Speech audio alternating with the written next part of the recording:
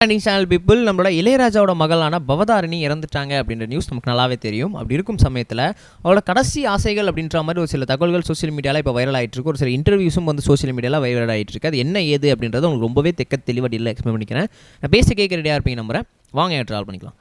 முதல்ல ஒரு விஷயம் என்ன அப்படின்னு பார்த்தீங்கன்னா, நம்மளோட பவதாரணிக்கு வந்து பெயின் வந்து சாயங்கால டைமில் வர ஆரம்பிச்சிருக்கு. அப்படி வரும்போதே அவங்க என்ன சொல்லியிருக்காங்க அப்படின்னு பார்த்தீங்கன்னா, எங்கள் அப்பா கொழும்போல இருக்கார், அவர்கிட்ட நான் பேசியே ஆகணும் அப்படின்னு சொல்லி ரொம்பவே அடம் பண்ணியிருக்காங்க. அந்த நர்ஸ் கிட்டலாம் வந்து சொல்லியிருக்காங்க, அந்த அப்பார்ட்மெண்ட் ஓனர் கிட்டலாம் சொல்லியிருக்காங்க, டாக்டர்ஸ் கிட்டலாம். இந்த மாதிரி வந்து எங்கள் அப்பாவோட கடைசி கச்சேரியை நான் வந்து பார்த்துட்டு தான் போவேன் அப்படின்னு சொல்லி ரொம்ப அடம் பண்ணி அவங்களோட கச்சேரியை நான் பார்க்கணும்னு சொல்லி ரொம்ப பிடிவாத குணத்தோடு இருந்தாங்க.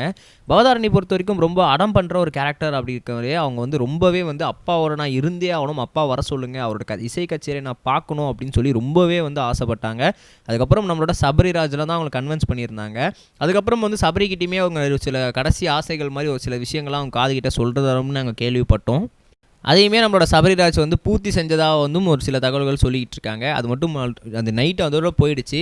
மறுநாள் காலையில் மறுபடியும் வந்து நம்மளோட பவதாரணி ரொம்ப சிவியர் பெயினை வந்து அனுபவிக்க ஆரம்பித்தாங்க. அவங்களுக்கு எப்போ மத்தியானம் அந்த பெயின் வந்ததோ அதே பெயின் மறுநாள் காலையில் வர ஆரம்பிச்சிச்சு.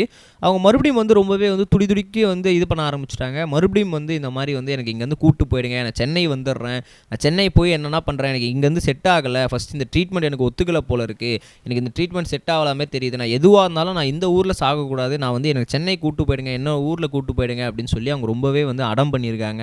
அதுக்கப்புறம் வந்து சரி ஓகேம்மா நீங்கள் வந்து ஈவினிங் கூப்பிட்டு போயிடும் அப்படின்னு சொல்லும்போது ஈவினிங்கே அவங்க வந்து நம்ம இலங்கையிலே இறந்துட்டாங்க அப்படின்ற நியூஸ் நமக்கு இப்போ தெரிய வந்திருக்கு.